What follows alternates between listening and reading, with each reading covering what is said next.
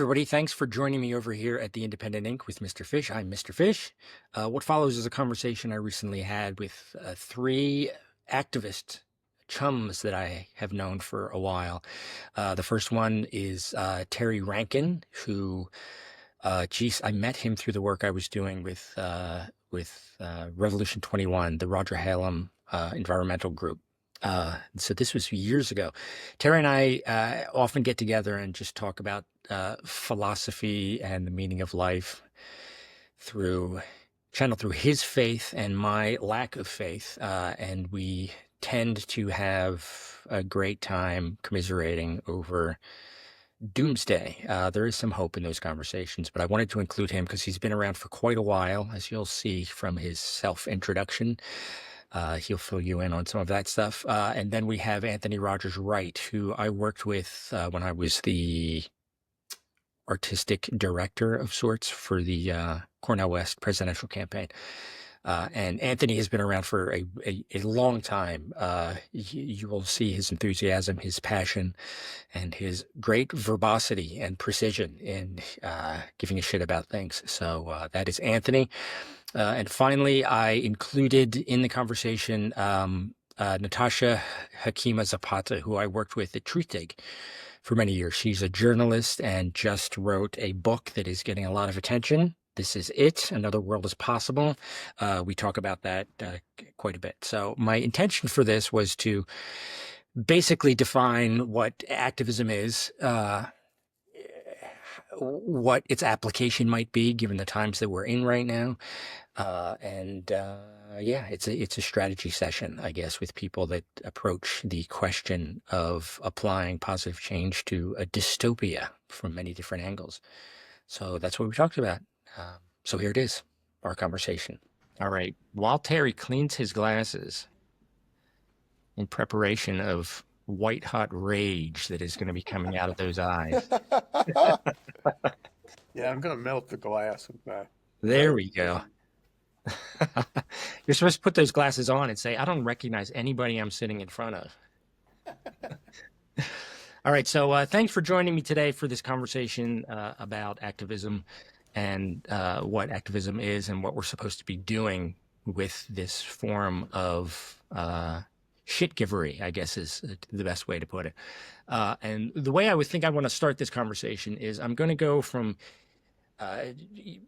person to person. You can say who you are and what you think your focus is as a quote-unquote activist. Okay? So just looking at the screen, I will start with Terry. Wow. Okay. Yeah, who I am and my focus as an activist? Yeah, or just what you do. Why do you give a shit?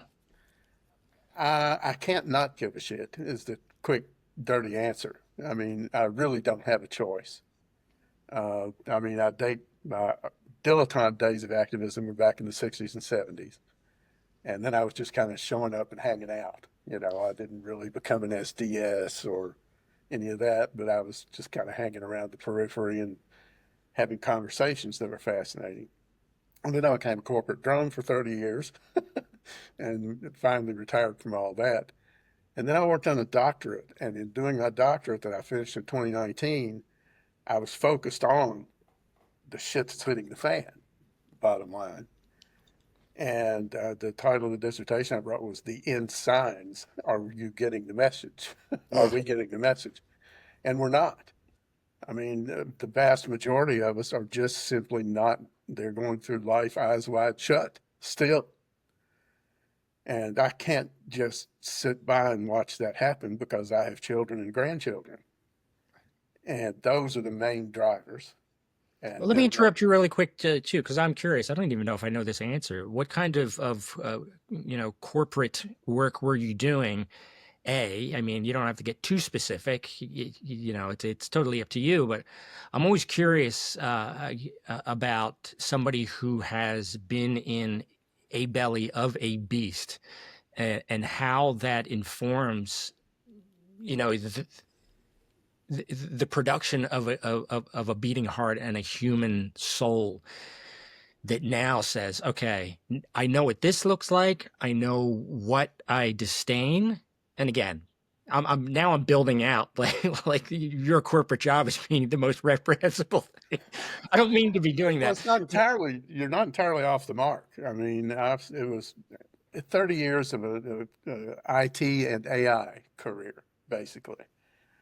IBM, Oracle, Mm. then kind of contract and independent consulting work for a lot of smaller companies. Um, but the more I saw of the technology that was there, the more I began to envision where it was going.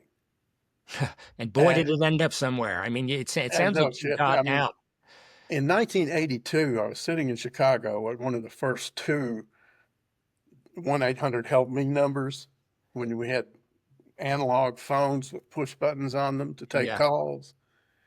And I had just finished my master's in philosophy at the University of Kentucky. And so I was watching computers and I started following AI in 1982 when AI Magazine first came out. And I've been with it ever since, off and on.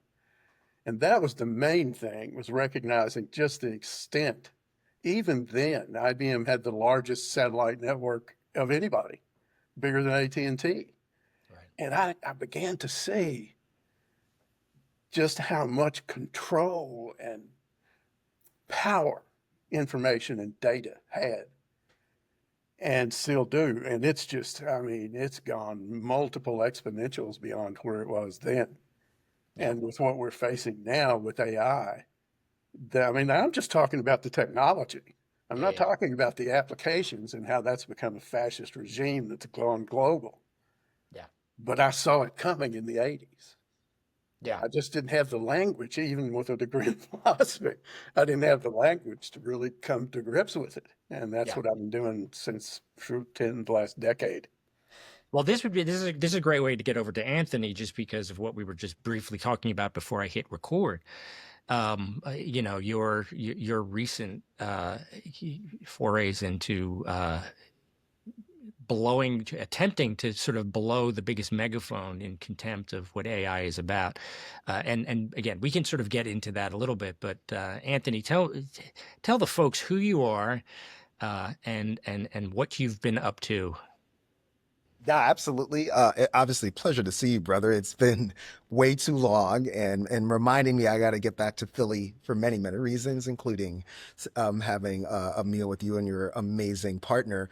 But my work, Anthony Cree for Rogers-Wright. I'm a policy fellow with the Movement for Black Lives and an active member of Black Alliance for Peace. We, of course, met on Dr. West's presidential campaign. And, my work is primarily in climate and environmental liberation. And I use that term specifically, moving on from climate and environmental justice. As Comrade Terry just let us know, there are points in history and activism where you do have to change your approach, and that includes your nomenclature. When we talk about justice, we're talking about balance, right? It's not getting everything you want, but justice is rooted in balance, right? Lady Liberty or Lady Justice holding the scales, right?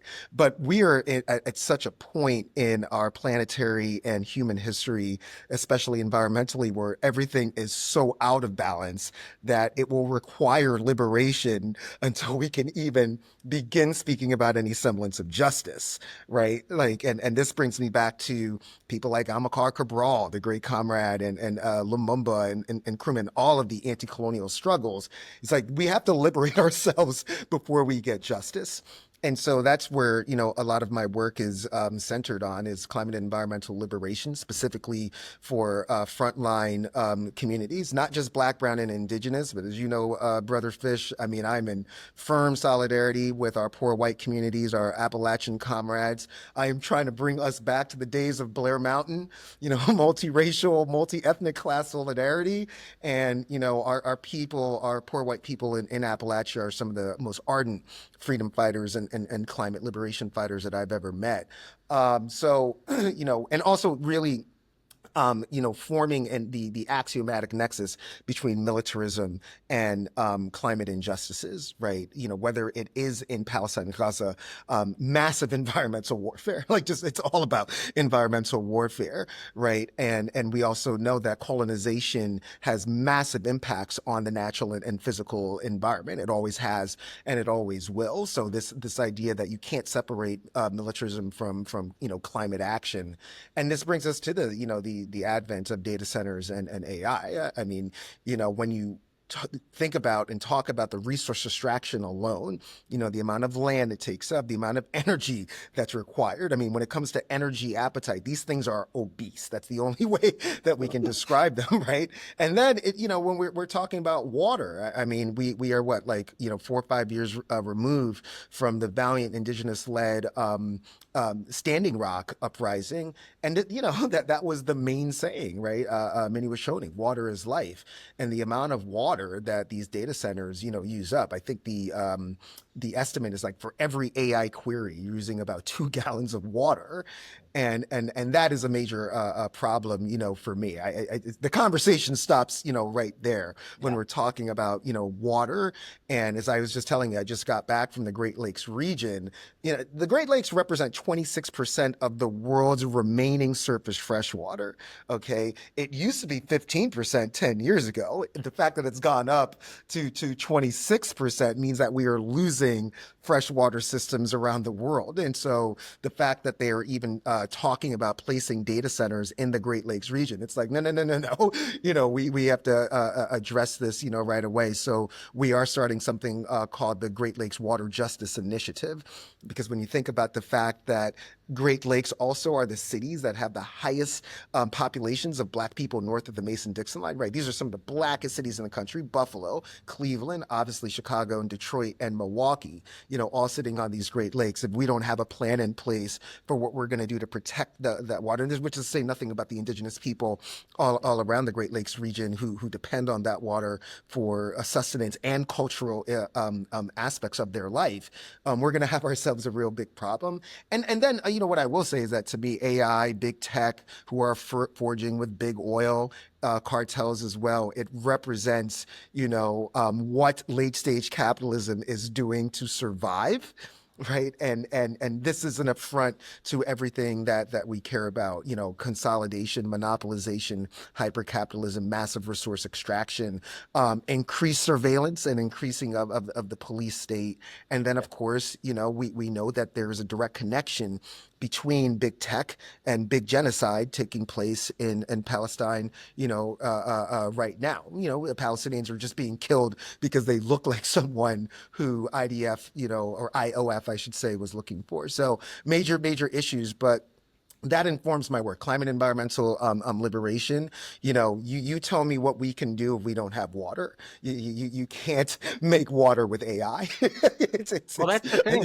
That's what's funny about that, because I do think that there's a great there's this belief that has always justified the creation of technologies that actually are rendered in complete contempt for the species, Right. with the assumption that we will be able to use the technology that we want to develop to save ourselves. That's right. That's And right. there's a long history of just that never, ever being the case. And just to That's hear right. you just talk about how uh, everything you're naming about what is treacherous and bad about right now, these are fights that have been going on for a very long time, Exactly. right? Exactly. And the lethality is just increased because the technologies of death have increased, and the Yep. efficiency of that has increased. But these are storied, long narratives that everybody should be able to connect those dots just to see the danger that we're in, which then brings us to Natasha. Now, Natasha, you can tell us who you are and what I see Anthony, saying here is, in many ways, what can we learn from history, and what can we learn? How can we apply a strategy moving forward that can wake people up to the fact that this has happened before, and you can talk about your new fantastic book that is thrilling everybody, as a strategy on what can we learn from history, and what can we do about making the future better. Well, first of all, Dwayne, thanks so much for having me. It's great to be in conversation with you and Anthony and Terry here. And so, yeah, I mean, I've been a journalist for about 15 years now in progressive media. Dwayne and I worked together at Tristig for many years. And during that time, so I say that there are two sort of sides to my why or for my reason for being a journalist. And for writing this book that I just wrote that you've alluded to called Another World is Possible, which is lessons for America from around the globe. There it is, and it's all its pink glory. It's from the New Press. It came out earlier this year. And so part of that is that experience that I had in journalism, writing and editing and reporting and commissioning pieces from the left in the US and seeing how we would sort of take these 2 steps forward, 2 steps backward, or many more steps backwards, while at the same time, I had the privilege of living in a number of different countries around the world in which some of the problems that we're facing in the US that seem totally intractable have either been solved or at least they've gotten a lot further along. And I'll talk a little bit about sort of the biggest issue that radicalized me, and that's healthcare, which comes from the personal side of things, the personal side of my why, which is I'm the daughter of undocumented immigrants from Mexico and Iran, and my brothers and I really grew up as these little American dreams that my parents had. We're all the first to go to get college degrees in our family. And at the same time that this narrative was so strong in my family, as soon as we all started to experience how different places treat people differently, it actually started to feel like that American dream that my parents had for a dignified life was actually more possible in some of the places that I had lived or visited. And a lot of that came from a health incident with my mom, where my mom, who's from Mexico, couldn't afford health care, health insurance for many years. And by the time she her diabetes had been diagnosed, she was being rushed to an emergency room and had to have her right foot amputated. And at that moment in which I was getting that call, which I write about, uh, I had this deep concern, of course, for her well being, for her future, for how she was going to survive moving forward, something that we've all probably are familiar with, unfortunately. But on the other side, and this felt to me American in experience, I was experiencing this added dread of how are we going to afford the care she needs moving forward? How are we going to afford the insulin she needs to stay alive? And I had lived in places with universal health care like the UK where I live now. And so I knew that this didn't have to be the case. I knew that we could do better. And that's what I wanted to do with this book is sort of share the stories of places that are doing better. And they're all imperfect policies, they're all imperfect places. And yet they're so much further along on certain issues than we've been able to get in the US. Just like I was saying earlier, just like you were alluding to, um, what's great about the book is that it really is at least one half, 3/4 of some deep dives into history. And again, it's so important to make the connection that simplistically speaking, we are stories. Each of us is a story. Right. Now, if we can understand the story of ourselves, the story of our families, the story of our communities, the story of our region, all of that sort of stuff, you start to figure out the common humanity. All of a sudden, it becomes harder and harder to codify people into different stratas of importance and all of those things that make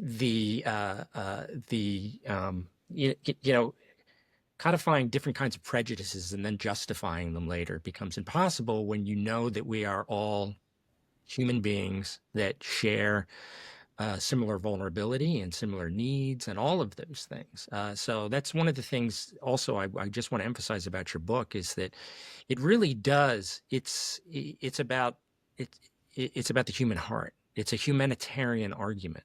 And I think that's one of the things that I would say, just listening to each one of you talk about why you're involved in this kind of work, is because you give a shit about human beings you know, and it is pushing past the politics of different kinds of segregations.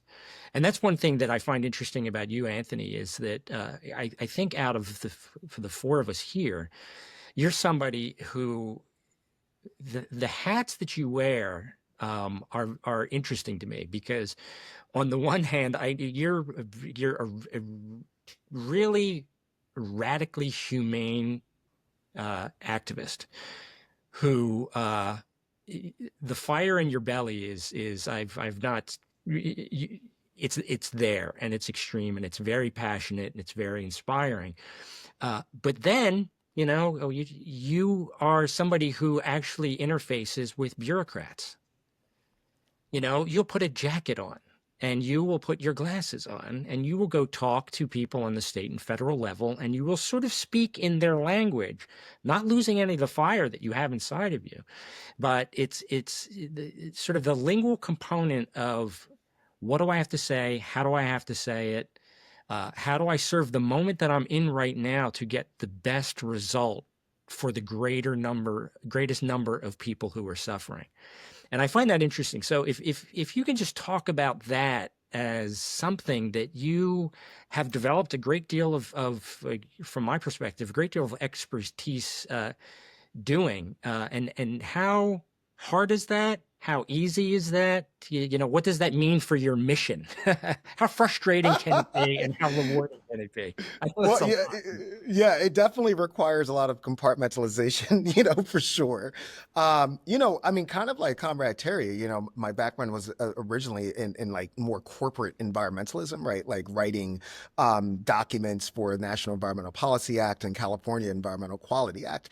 That was the job that I could get, at the time. And I didn't really shift more to environmental activism until like 2015, when I realized this is not actually protecting the environment. It is doing the bare minimum to allow things to get built as it pertains to, protection. The fire in my belly, that's definitely from my mom, the great Dr. Mary Ann Rogers-Wright. I mean, this is a woman who, when I would get sent to the principal's office for fighting bullies, would pick me up and take me out for ice cream, and like, that's fine with me, as long as he got in trouble for something righteous, like that's good. I'm not picking up because he cheated on a test or because he picked a fight. I mean, he was helping people who were helpless. So that has always stuck with me. Our dear brother, great Dr. Cornel West, always preaches this idea of an inside and outside game, right? And there are some folk who don't see the agency of going in on the inside. And I totally and absolutely respect that, because sometimes I absolutely feel the same way. And to that end, I feel that makes me more authentic, because I always go into the inside with full accountability to the folk who are on the outside. And, our motto at Black Alliance for Peace is no compromise, no retreat. So, when I'm going in there, and sometimes it's made me a bit of a pariah, with certain congressional Hill staffers and whatnot, it's like nothing is changing, and you're not going to get me to compromise and go back on the outside and say, hey, folk, we just do this a little bit and do that, maybe we can get closer to what we want. That may have worked, and this is no criticism of the great Dr. Martin Luther King, who certainly had to make some compromises, to at that time, advance some pretty important policy. Whether they're still intact is a whole nother question and discussion. But you could see those contradictions when you had the Mississippi Democrat Freedom Party, Dr. King making some really bad compromises that just pissed off, the great Fannie Lou Hamer and Bob Moses, who basically said, Solomon couldn't have split that baby in half any better than you just did. So Yeah. it's taking, those lessons as well. But it's also to remind, these folk who are on the inside that we're out here and we're out there, and we're going to bring our voices, on the inside as well. But it's definitely not always easy. I mean, I have high contempt for many of the Democrat Party Hill staffers who, I do have to work with sometimes, because mainly it's just telling you your boss just doesn't get it, or your boss is bought by, Democrat Majority for Israel or AIPAC. This is not helpful at all. But yes, some compartmentalization, because I think that, there's kind of two kinds of activism at this point. I'd love to hear how if Terry and Natasha kind of like agree. On the one hand, you have now activism has been centralized, one portion that's been centralized and institutionalized, totally under the thumb of philanthropic foundations that have no intent of giving us the money that is needed to make the transformation, because that would be a suicidal mission, because we would be killing them to some extent as well. But then you have this grassroots, people centered, and fully independent activism. We've seen it in your cartoons, Brother Fish. We've seen it in Natasha's reporting. And I know we've seen it in Comrade Terry's work as well. And that's, the side of activism that I want to be on and always bring inside of just, I will talk to you, but speaking to me in no way means that you are speaking to the people. Right. Every time a lawmaker who's either running for office likes to say, "Oh, can I pick your brain about something?" No, I take my cues from the great Charles Barron, intrepid and unbought, New York City, New York State politician that, no, you can come and talk to my people with me. Right. But what you're not going to do is kind of like try to make me into some charismatic leader that speaks for every single Black person, Yeah. because if I could speak for every single Black person, none of them would be Democrats. I don't have that power already. So, you need to come in here from a dynamic community. But yeah, it's hard. But I mean, also, I do like to put on a jacket and a nice shirt, because my lovely partner says I clean up nicely. And You do. It's true. We'll pause here while people go and do an image search of you in a that's jacket. right. No, but this is a great way also to segue in, because there's two things you mentioned in your answer that is one of the key things when it comes to activism. You talk about needing to interface with bureaucracies, and hierarchies that are like locked in with, corporate power brokers who are there to sort of their interests are there, and so forth.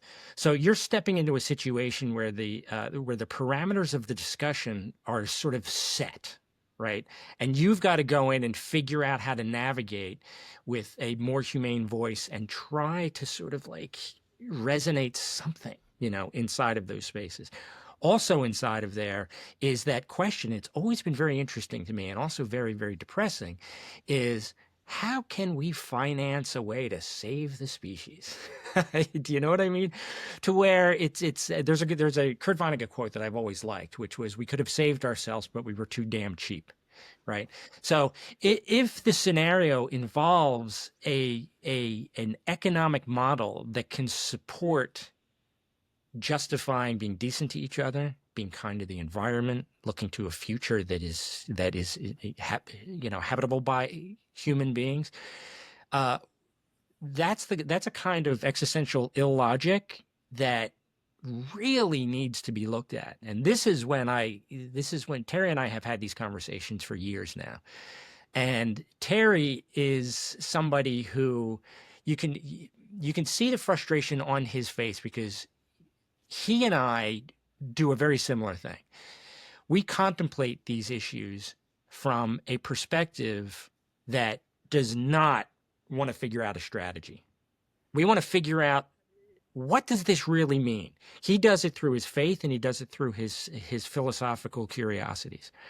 I do it through my art and also my philosophical curiosities and whatever spirituality that I think that I inhabit. We do that in our rooms. This is what it should be. And then it's just like, okay, now we've got to bring the private discovery into the public space, which doesn't have anywhere to put this thing. Now I've got to figure out how to chop this up into fun-sized pieces that people are going to understand. And then it becomes this thing where it's just like, you end up in a place that you alluded to a little bit, Anthony, of needing to figure out how to, A, get in the door, B, stay in the room, C, be invited back, because there is a way to try to remind people that, A, this is very serious. We do have to speak more frankly about it. The imperative is a time issue at this point. It's not a way how are we going to figure out how to be polite about screaming, "There's a fucking fire," as the house is burning down, right? So Terry, talk to me about that, because I know that that is something that you have dealt with, having gone through your corporate place, but then going and becoming like a scholar of people who are just trying to get to the core of what it means to be a human being and how do we sustain ourselves as a community of human beings. You don't ask much, do you? Well, you cleaned your glasses. You're ready for Oh, this. yeah, okay, okay. I, having spent the last 6, 7 years with some really heavy duty frontline leaders, Roger Allen, Robin Boardman in Revolution 21 in particular, and going back 5 or 6 years to early Extinction Rebellion, I've been in that world far more than I've been in the other world. But in the last year and a half, I've kind of taken a smaller background enabler role. I run their Zoom account basically for their big events, their conferences. But what I'm doing more is more writing, just Substack stuff and some personal stuff. But what I've been trying to do more, let me put it in context. I live in central western Florida, between Orlando and Tampa. I live under the thumb of MAGA at every turn, on every corner, in 9 out of 10 houses within walking distance. That's the world I live in. That's my front line.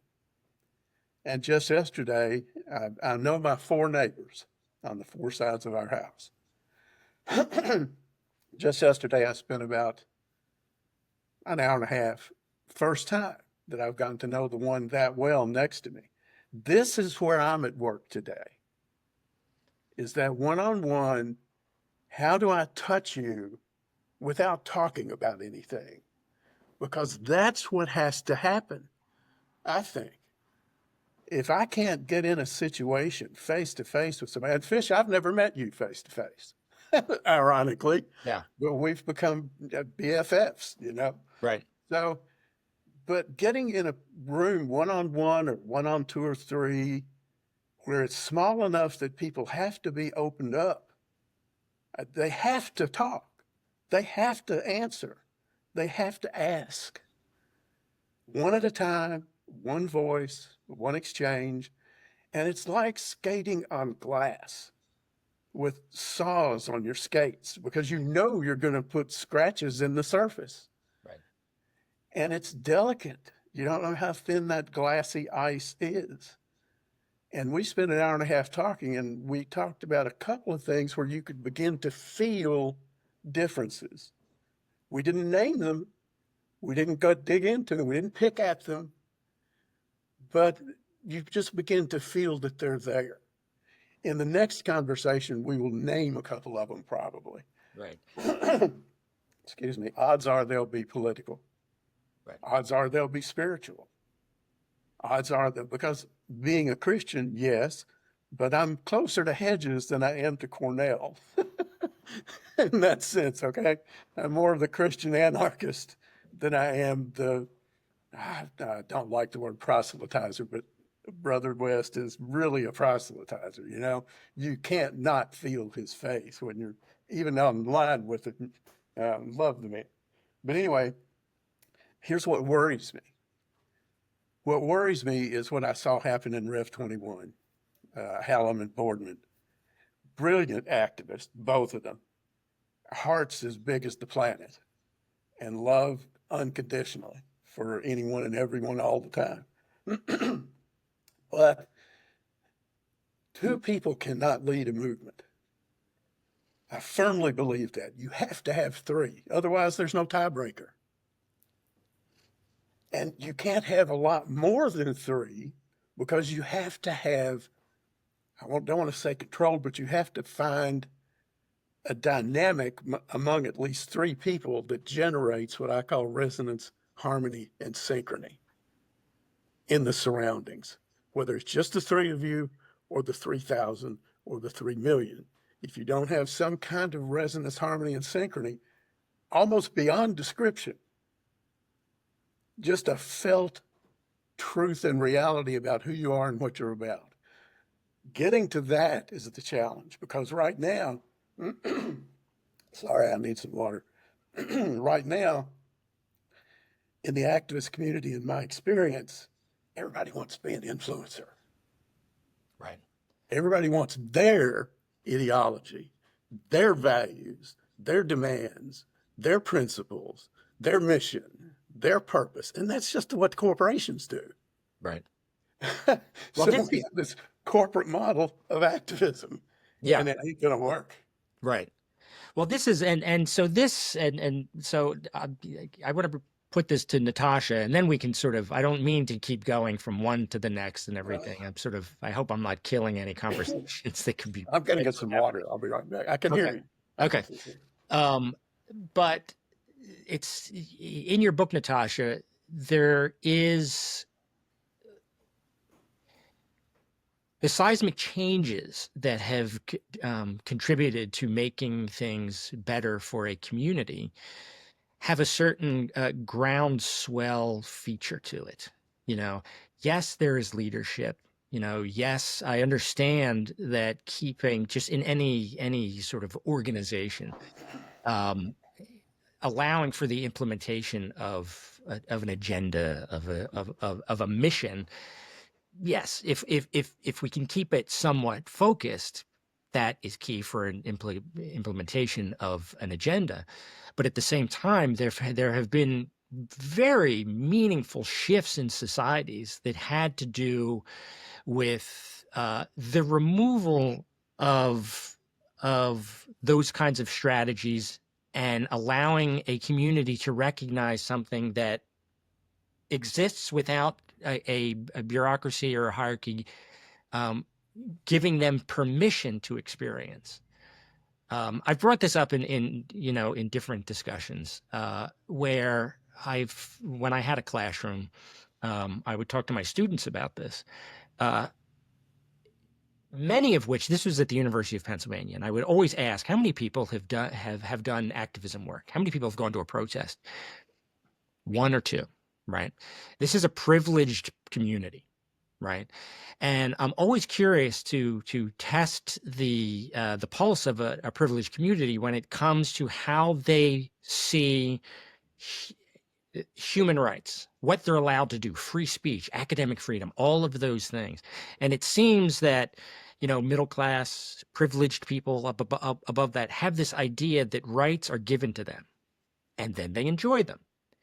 Where the reality is no, people who are in power, we make them recognize rights that are intrinsic to human beings already. And that's a huge difference that people have got to recognize, right? And there have been historical examples, and Natasha, this is what I want you to talk about, where it's a matter of getting politicians literally out of the way and saying, you're not even part of this discussion anymore, because rather than me going to you and begging and figuring out what my compromises are going to be to allow you to maintain the power that you have right now, to then give me a few crumbs to make me feel like I've succeeded. No way. We've seen it. I remember, and this is just the example that I'll give, that was shocking to me years ago when the whole conversation about gay marriage, Obama was president. Right. And so there should be a right between, inside the queer community of the sanctity of marriage. If you want to recognize it and you want to partake, you should be able to get married. Even Obama, if you remember, was just like, he had his finger in the wind and was just like, no, I think it really should be between a man and a woman. Right. And I was amazed and thrilled by the fact that this culture and the society was just like, the fuck is that? Why am I even asking this person? Right. Just like, and so all of a sudden this groundswell that I was talking about went across where it was just like, no, guess what? We deserve the same privilege. So then, Obama had to go through this sort of the charade and the theater of being, after, careful deliberation. I think, again, it's just, I can't stand the performative nonsense sometimes that we have to sit and endure to get to the end of something where there's this realization that human decency should trump you know, what politics are attempting to sort of mute and minimize inside of a culture. So if you could talk about that from your examination of these shifts that actually gave a community what the community deserves because it's an inherent right as a living organism. Um, Talk about your experience in sort of discovering those kinds of activisms that sort of were organic and spontaneous, much more than, curated. I looked at very different policies, in very different countries, right? So I went everywhere from New Zealand to look at universal pensions to Uruguay to look at their state-owned utility that did something that hadn't been done before, which was transition to green energy in less than 10 years, to back to where I live to the UK to look at the founding of the first universal healthcare system and a number of other places in between. And one of the big lessons that I think is really relevant to the point we're in right now in the US and elsewhere is that a lot of these seismic shifts in broader society actually came out of very dark periods. So to look at the National Health Service again, which is, again, really close to my heart and one of my favorite stories in the book, is that this comes out of the ashes of World War II.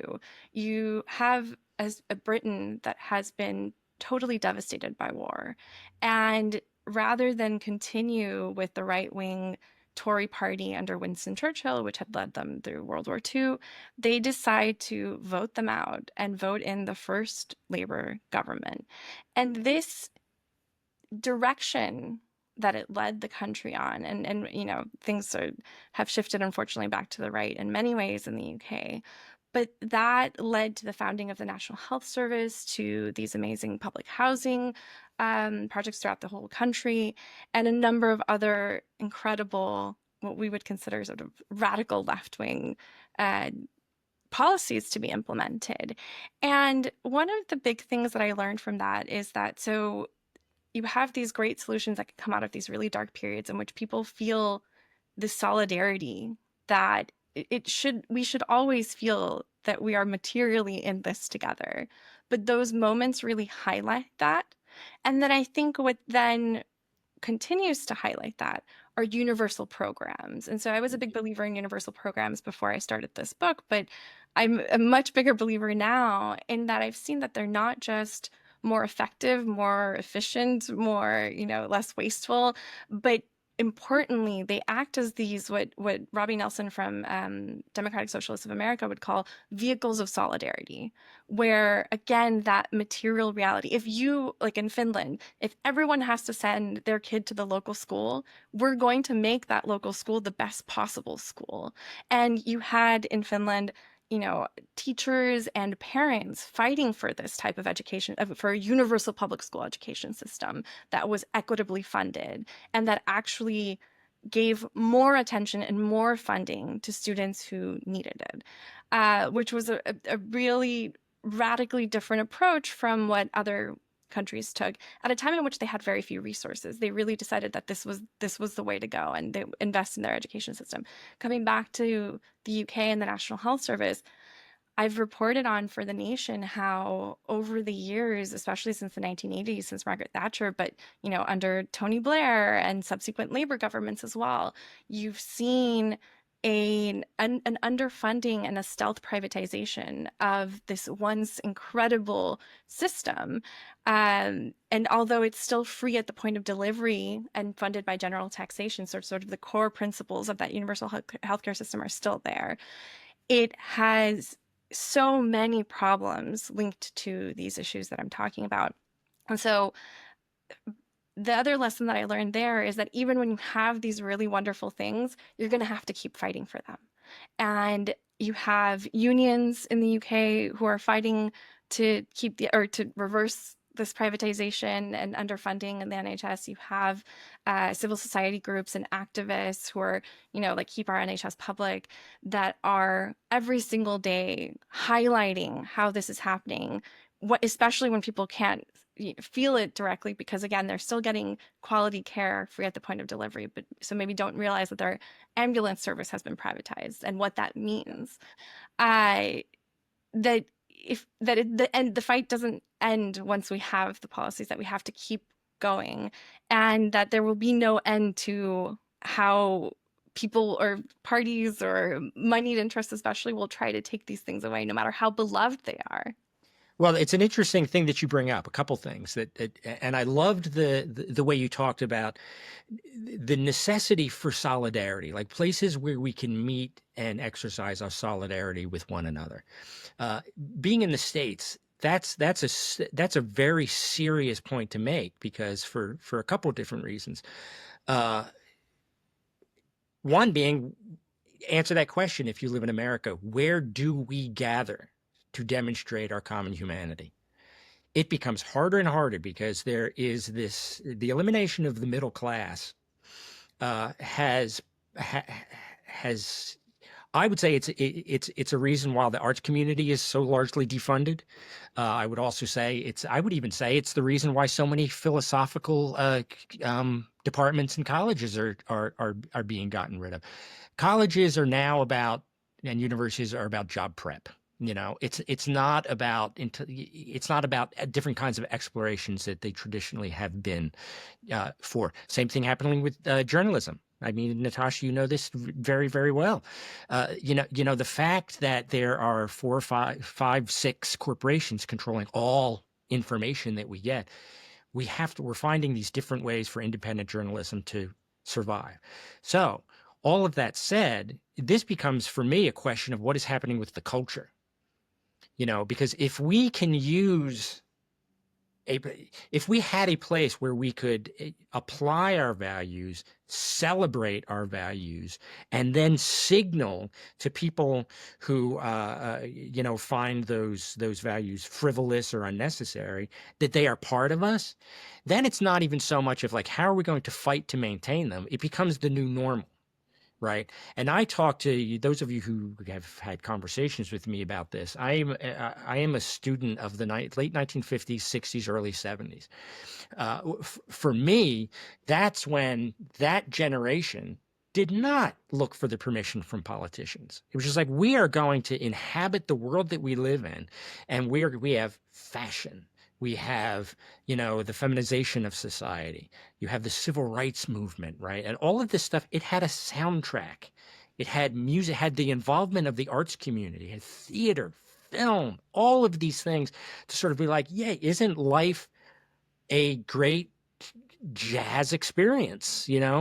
And so my argument has always been, if we can figure out how to reinvigorate the culture and inhabit the culture in a way, it becomes a juggernaut that demonstrates the cheapness and how thin and how cruel politics are, which then will make it sort of much less of a threat. Because I still think when it comes to activism, and this is where we can all sort of like throw our opinions in here, people don't know how to do it. People don't know. They're made to feel uncomfortable if they go to a place, particularly now. I mean, as I said earlier, I've no longer am a teacher at the University of Pennsylvania because it became just like all other, particularly the Ivy Leagues.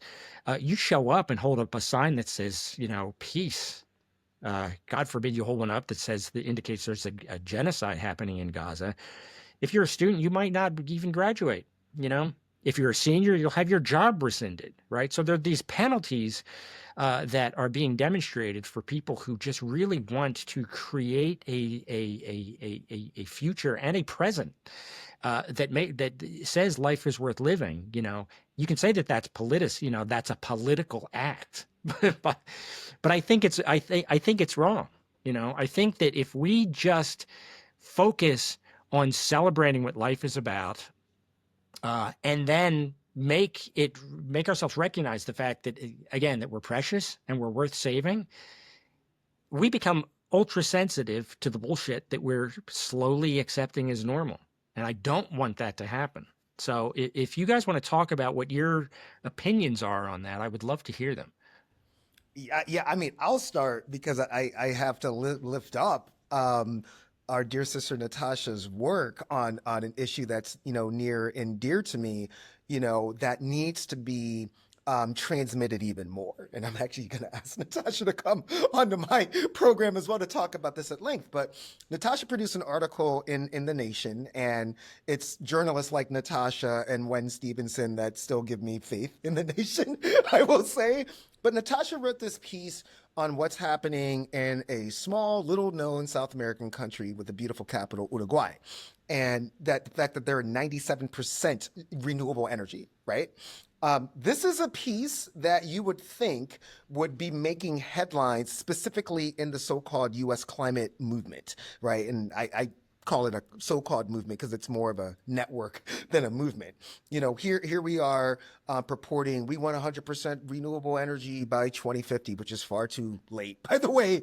And Natasha writes this piece, and the question is, why isn't it, getting picked up more? And this goes back to what, Comrade Terry was talking about with the institutionalization, of activism, even telling us what's right and what's wrong. And, I would argue that there have been pieces that Natasha has written, certainly pieces that I've written, where there are consequences or there are potential consequences. We've seen it with your artwork, Brother Fish. But going back to what Comrade Terry said and to what you were talking about the 50s, specifically the 50s, I want to, harp on, there was an element of sacrifice that was assumed for the stances that you were going to take. And this also could be applied to the 1960s civil rights epoch, that, it wasn't going to be sort of being heralded on social media or becoming, to Brother Terry's point, a social media influencer. There was the threat of bullets, not just losing your job, but losing your life. And you make a decision on whether or not you're going to continue with this. And I think that has been taken away from us, in institutionalized activism. Look at the climate community's relative silence on the genocide going on in Russia right now. I mean, this is people who are some of the best climate activists, by the way, are people who are Christian, the most ardent. But we didn't hear a lot from the likes of Bill McKibben, who was a leader of the U.S. Climate Network and an avowed Christian, a Sunday teacher, for goodness sake.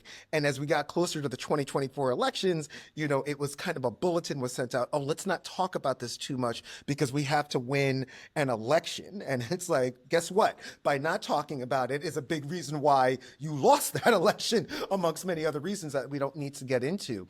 So when I see pieces like Natasha's and I see the ardence of Brother Terry, and of course the sacrifices that you've made, Brother Fish, it reminds me that is an element that has to be included. And I'm not talking about, I say this as an anti-Zionist Jew who loves and believes in the story of a revolutionary Palestinian named Jesus, who some people may have heard about, right? Because the story and the teachings are so Jewish that it's like, what's the problem, guy?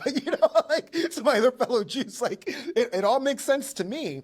But so I'm not talking about sacrifices and I'm going to get nailed to a cross, but what it does remind me of is my dear sister Marla Markham, speaking of Christian ardent climate fighters, who said we have to be brave enough to let things break into tiny little pieces and then strong enough to build something better. That to her was the embodiment of Jesus Christ. I told this to Brother West, and Brother West just kind of, one of his famous stares with his mouth open, my God, brother. Right? And so I think that a lot of that has been missing, because I'm wondering from Natasha's standpoint, why wouldn't the New York Times, write about a nation intentionally underdeveloped, right? As many other, colonized nations, that is literally leading the world right now in renewable energy production. Could it be because Natasha's article is also lifting up that this is not possible with privatization in energy production and utilities, right? This is state-owned power, and that's what needs to be done. But the boldness of stories like that, the boldness of your art, and the conviction of Terry has to be brought back, because what has happened to our activism, unfortunately, a term that our dear brother Olafemi Taiwo, brilliant journalist, professor at Georgetown, his book Elite Capture, right? We have seen many of our institutions get elite captured, and especially Black radicalism. I mean, my goodness, you talk about the 50s, 60s, and 70s. The 70s was the beginning of that elite capture of radicalism from, Black circles. What happened with CORE and the Ford Foundation and et cetera. Even what happened to Brother Jesse after 88, like deals, as Hedges would say, Terry, Faustian agreements made with the Democrats and the results of that. So, I mean, I think that we're at a point that we have to reclaim it, and we have to reclaim it quickly, Brother Fish, because unlike the 50s, 60s, and 70s, we don't have the luxury. Well, not that we had the luxury of time then, but we really don't now. Climate crisis doesn't care. It really doesn't care. Like, all right, activists, I'll wait for you to get your shit together, and then, and in the meantime, I will reduce the extremity of my impacts on especially poor and working class people. We have to reclaim it, very, very quickly, and that, and I think I've heard Terry say this, and I certainly see it through your actions and Natasha's work. It starts with conviction. It starts and ends with conviction. If you don't have it, we're pretty much screwed right now. I would say too, with conviction, but also one thing that we have got to do as activists is is make it believable to people who are so far right now not involved that they're not alone. Like, so how do we show each other that the community is there, that we are actually standing shoulder to shoulder? Intellectually, emotionally, yes, we can do it. Spiritually, we can do that. But how do we apply that then to the action that demonstrates also that we're standing shoulder to shoulder? One quick thing I'll say to that is that, I mean, it's kind of like an issue I've had with these 50-51 and, fight oligarchy rallies. It's like, you mean to tell me you had 25 or 5,000, 10, 20,000 people together and you didn't ask them to do anything specifically, right? Besides just show up and hold up signs. It's insulting, that they think that that's all people want to do, when we know that there are people out there who would be willing to put it all on the line, to Brother Terry's point, if they were just led in that direction. We don't want people to think that showing up alone, maybe that's all some people can do. I don't want to diminish that. But if you're not using that, those rallies as organizing opportunities, right? Because that's what the far right does. Yeah. You come together and then you get sent back home with marching orders. And unfortunately, it's been working quite well. That are also cultural marching orders. I mean, that gives back to what I was saying about the culture. If we can engender our values into something other than politics, Brother Anthony, I know that your base is probably within arm's reach right now. I'm sure that we all have different ways to unwind. Like, what do we do when we're not engaged with just like screaming about injustice, right? Oh man. Well, right? I've got a really big pile of records that I spend way too much money on. Number one, I play my bass guitar, and make music. I play around with my evil cats, Evil Ernie and Malachi, the Mayhem Maker, and I mean, my partner, she leads an amazing organization, or really a formation called Free Farm Syndicate. Like, straight up, they just grow a bunch of food and give it away to people for free, no strings attached, no thick forms to fill out, and helping her out in the fields, whether it's by choice or not, and she'll be like, get your ass off the computer and come outside right now and help me, get this food prepared, get your hands in the dirt, get your feet on the ground. And to that point, like you said, it's like, I can make a difference without having anything to do with politics, with culture, creating a culture of care, of just like, we are going to grow and give you food simply because people need to eat. And that is like, just real quick, that's a great distraction, but it's a distraction that leads to good things. So it's like, a double 100%. Benefit. Well, that's the key word, I think, the distraction piece, because as we enter into this new era of terror, of real existential woe, worry, this feeling of being impotent, not being able to change things, you're facing now a population that is going to be looking for some alleviation of that anxiety, right? So where does that population go? right? Where does it retreat to? Does it, and this is an argument, again, this is a whole nother show, but I mean, a lot of what the MAGA movement is about is trying to calm the fact that the elites, and we're talking about, the Democrats here, have ignored their pain for quite a long time. Right. So where do you go? Yes, I'll go into a fiction that has, heroes and villains in it, and I will fall behind, the proud leader that is, of course, it's a demagogue in this authoritarian situation. But what these people are looking for, they're looking for a narrative that gives them some sense of hope, right? Or some sense of recognition that they are actually part of something.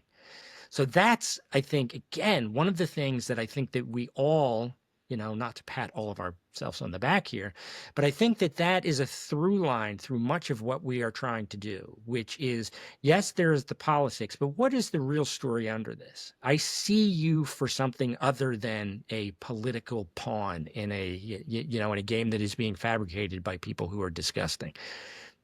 Life is, we have to celebrate life and make life livable and a kick, for lack of a better word. We got to make it sexy and fun and just enjoy ourselves, So I haven't heard it. Terry, you got your water, so I can't wait to hear. I would love for you to have like a British accent now. Oh, I wish. I wish. Unfortunately, you're stuck with my Appalachian drawl. Sorry. Um, I am not optimistic. And I will tell you just what I've been feeling while I'm listening to this conversation. And I'm going to draw it into terms of three things, which is, as you know, Fish, it's always a count of three for me. I like to distinguish between activism, proactivism, and reactivism. Okay, just kind of off the top of my head. And I've lived over a decade now, as Fish well knows, in a rage of grief and an agony of futility. That's a mantra for me. Another one is when I wake up in the morning, I have two questions to deal with. Who am I to be and what am I to do? And I exhaust that by the end of the day. And it exhausts me just chasing those answers. I think we've come through a healthy period of activism, especially in the 50s and 60s, because of what we accomplished. The precursor to that was the pre-World War II and post-World War II New Deal era, if you want to think of it in those terms. That's where things, and then there was the Peace Corps and civil defense, and a lot of nice, ripe fruit came out of those traumas. But they came out of trauma. And I think that the real horrific defeat of hope that we face is we've never seen the trauma like we're going to be seeing within the next single digit of years. We've never seen anything like this. So we're going to migrate en masse, subliminally, I think, out of activism and proactivism into reactivism. And I'll give you a great example.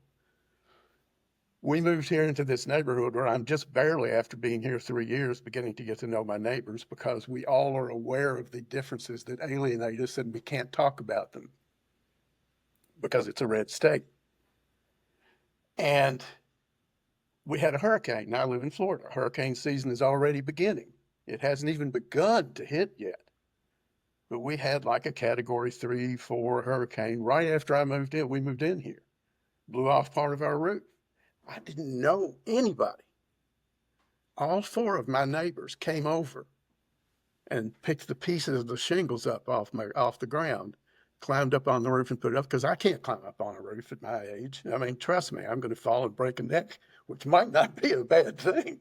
But anyway, they come over. I don't know their names. They don't know my name. They brought ladders and hammers and nails, and they climbed up on the roof, patched it back together like a jigsaw, and it kept us dry on the inside until we could get a blue tarp over it.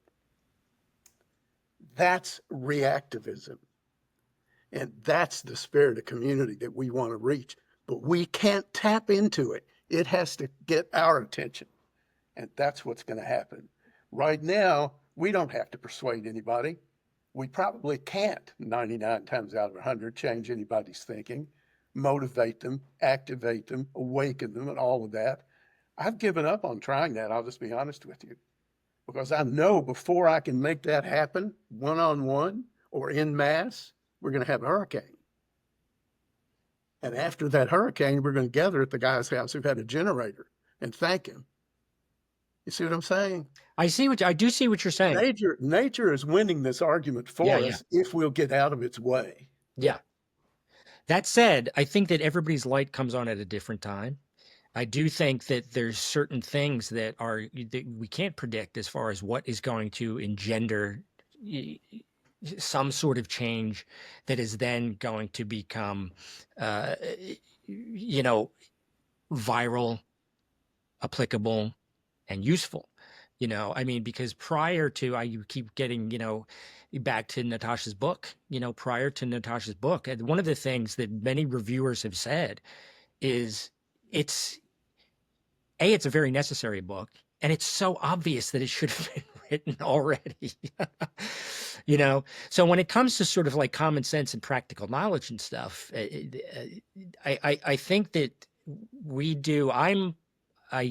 Terry, I can be with you 100%, as far as if I apply sort of critical thinking from an intellectual point of view to sort of where we are right now, 100%. I just, looking at the numbers, we're doomed, right?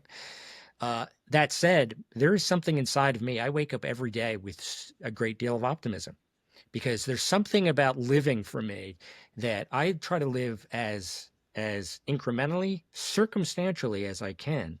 The fact that I am able to connect moment to moment to moment to moment to moment, and to look at this, like this to me, what we're doing here is very beautiful and very meaningful to me. And this is me celebrating life. This is why I convened this conversation, because I love each and every one of you and really respect what you're doing.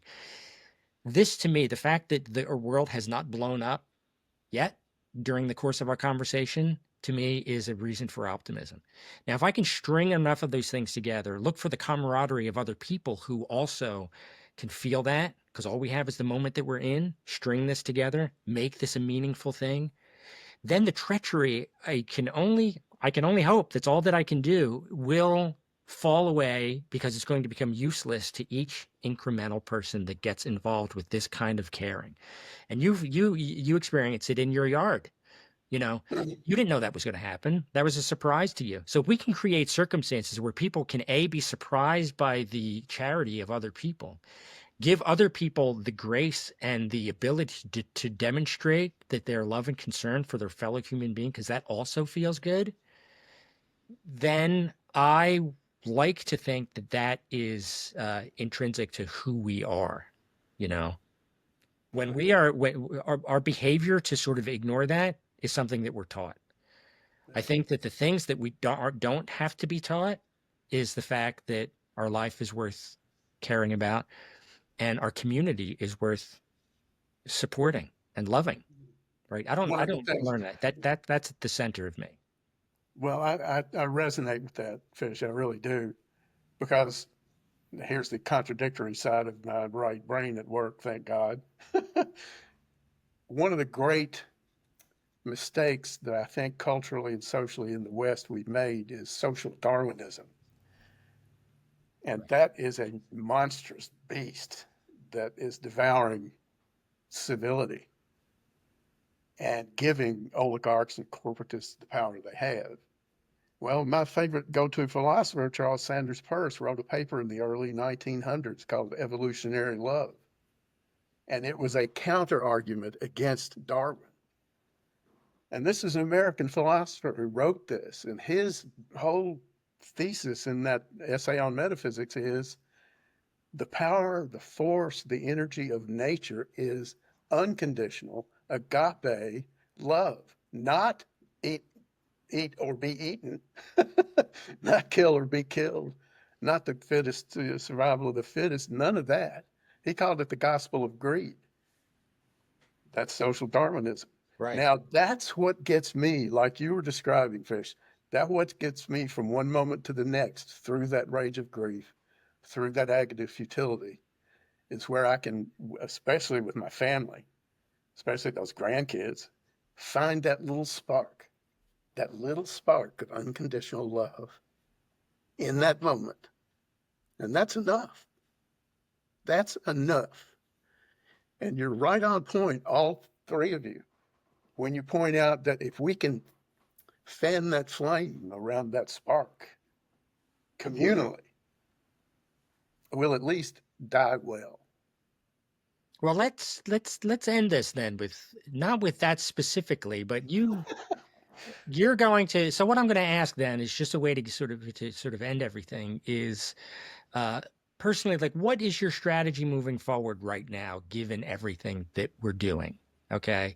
Because I'm going to leave. If I, the more I talk to Terry, the more he will sort of step away from fanning that little spark. So I'm going to leave. I'm going to leave. I caught you, with some optimism, and I'm going to now shut off your mic. And I'm going to move to Anthony and Natasha just to talk about, like, where you are now, what your immediate plans are for contributing to this, to giving a shit and helping save each other and so forth. So yeah. Yeah, so Aaron Glantz, who's an excellent journalist, he's the author of Home Wreckers about the 2008 subprime mortgage crisis, among other excellent books. He once said to me, and to a lot of other people at an event we did, that journalism, even when reporting on really heinous crimes, is an inherently optimistic endeavor because it's founded in the belief that things can get better, that we're reporting on these issues so that things can improve. And that is one thing that I think about often. I mean, as you can hear, I'm writing about these successes. And so I was looking for optimism quite deliberately, and I'm going to continue looking for optimism deliberately, looking at city policies in my next book and what we can do on a smaller scale. I'm really heartened by things like what are happening in New York with Zohar Mamdani. We can't put all our eggs in one leader's basket, but certainly it's exciting to see people with these bold ideas and have these mass movements behind them. And that's where I think why Anthony's work is so important, that we can't have these leaders that aren't accountable to these mass grassroots movements, because they will, sell out inevitably, as we've seen so many times. But just to go back to this, what we do in our off time, or when I'm not a journalist, or I guess I'm wearing a different hat, is I read and write and teach poetry. And one of the poems, and there's just, I found a lot of community there. I've been really hopeful by how so many young people are coming to spoken word or coming to poetry for community, but also for politics. And so there are so many poems that I could read, but if you all allow me just to read the end of a poem that's been on my mind recently, which is June Jordan's "I Must Become a Menace to My Enemies." And I think really it's we must become a menace to our enemies. And if I ever let you slide, who should be extirpated from my universe, who should be cauterized from earth completely, land and order jerk-offs of the first terrorist degree, then let my body fail my soul in its bedeviled lecheries. And if I ever let love go, because the hatred and the whisperings become a phantom dictate, I obey in lieu of impulse and realities, the blossoming flamingos of my wild mimosa trees. Then let love freeze me out. I must become a menace to my enemies. Sweet. All right, Anthony. Now, what are you I gonna say? mean, there it is. I mean, if Natasha's gonna start the trend of lifting up the words of badass Black women whose words possibly are more salient and germane now than when they wrote them. I mean, I'll start with Audre Lorde. I mean, her quote, I call it an aphorism, really, is "survival is a promise," and right. That takes on the idea of hope, but it also lifts up a sentiment of duty. Right, you got to have hope plus duty, and so what I'm trying to do now is a lot what Natasha just said. I mean, I think one of the first intervention points in systems of oppression and, you know, the horrible systems is narrative, right? We like to say that the narrative can represent the seeds of what you're trying to grow. I mean, everything that comes out of that narrative is going to impact your base building, your organizing, your policy development, your electoral strategy, your direct action, which are the other points of intervention. But really, you know, just going in and reclaiming that narrative that another world literally is possible. And we have a duty to organize for alternative systems, because otherwise, as the great, speaking of more badass Black women, Miriam Kaba asks us, if you're not organizing for alternative systems, then what the F are you doing? Like what exactly is the point of your work if we're not organizing for alternative systems and showing that these alternative systems can work? It's really interesting because in trying to learn more about this, I've actually been studying, you know, more right-wing movements, you know, who have gone off grid and who have organized alternative systems, albeit systems that I don't want to see proliferate because of the philosophy that they hold, but the tactics that they are using that are even bringing in some elements of what people would call the left, but you know, bringing those elements in, the so-called "Make America Healthy Again" movement. You know, for instance, you know, it's appealing even to environmental nonprofits. You know, but those are all examples of alternative systems that, you know, we should be building as well. You know, without the white supremacy, colonization, and patriarchy would be a lot more preferred, obviously. And I think that that starts also with, you know, a renaissance of some of our leaders who have either been forgotten or intentionally written out of our narrative. I'm talking about people like Hubert Harrison, the amount of people who don't know that this man, who was the mentor for Marcus Garvey, who created the largest Black organization, but was also critical of Garvey because of his sexism, because of his capitalism. And Harrison talking about sexual liberation of women and their bodies in that early, you know, 20th century. It's no wonder he was written out of history, you know, but bringing, you know, that back as part of our narrative. I agree with Natasha. I'm really into localization and municipalization right now. Been very, very intrigued and inspired by the writings of like Maury Bookchin, Eric Olin Wright, and old you know, departed comrades, you know, like that. And then, you know, land liberation, and, you know, and what that means. We have these amazing examples going back to the so-called developing world. I like to say maybe they are the developing nations because they're developing shit that lead to solutions faster than we are, right? Uruguay, 97% renewable energy. Nicaragua about to hit 70%, you know, this year. But then we're also seeing landless movements in Brazil. We know about the Zapatista, just, you know, what they have been doing in Mexico for, you know, and bringing that into a context of the United States for all oppressed people is really what I'm interested in. What I'm not interested in right now is sort of like this idea that policy is going to save us, an election here or there is going to save us, and that we put all of our eggs in the basket of a few pieces of words that are signed by older white men, and therefore, you know, see, you know, you're safe, and getting people to understand that even the work that I do, which is like, you know, policy work, you know, for the most part, I hate policy. I my mom paid a lot of money for me to get degrees in policy, so like it's like it really an homage to her that I'm using it in doing this work, but I absolutely hate it, you know, and whatnot. But that woman made a lot of sacrifices for me to go to the universities that I did. And but you know, making people understand that policy is a tool, but not the tool.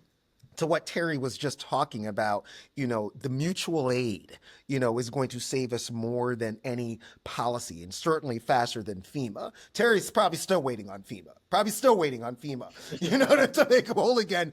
But the idea of like getting to know your neighbor and community coming together, that's an alternative system of like, the hell with you. We're not going to wait for the federal government to, we can't. We have no time to wait for the federal government. Terry's going to get wet. People are going to go without food and water. So we're going to do that ourselves. And which is something that is always done in developing nations. As you know, Brother Fish, I spent a lot of time in Colombia with my mentor, Jamu Baraka, and the work that we do down there with Francia Marquez and whatnot.